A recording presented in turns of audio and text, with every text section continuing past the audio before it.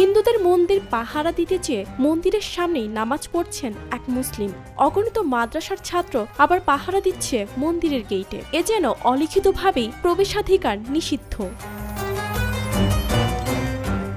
ছবিটি এই দেশের, এই স্বাধীন ভূখণ্ডের। কিছুদিন আগে হলেও হয়তো এই দৃশ্য বিশ্বাস করা কঠিন হয়ে যেত, কিন্তু এখন এই দৃশ্য সর্বত্র।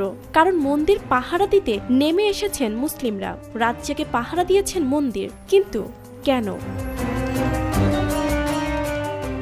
সম্প্রতি বিভিন্ন ঘটনায় মুসলিম জনগণ মন্দিরের নিরাপত্তা নিশ্চিত করার জন্য এগিয়ে এসেছেন, যা সম্প্রীতির উদাহরণ হিসেবে প্রশংসিত হয়েছে। এই ধরনের ঘটনা সাধারণত ধর্মীয় সম্প্রীতির বার্তা দেয় এবং সমাজের বিভিন্ন সম্প্রদায়ের মধ্যে শান্তিপূর্ণ সহাবস্থানের প্রতিফলন ঘটায়। ফেসবুকে ভেসে বেড়াচ্ছে এমনই কিছু স্থির চিত্র, যেখানে কেউ লিখেছেন,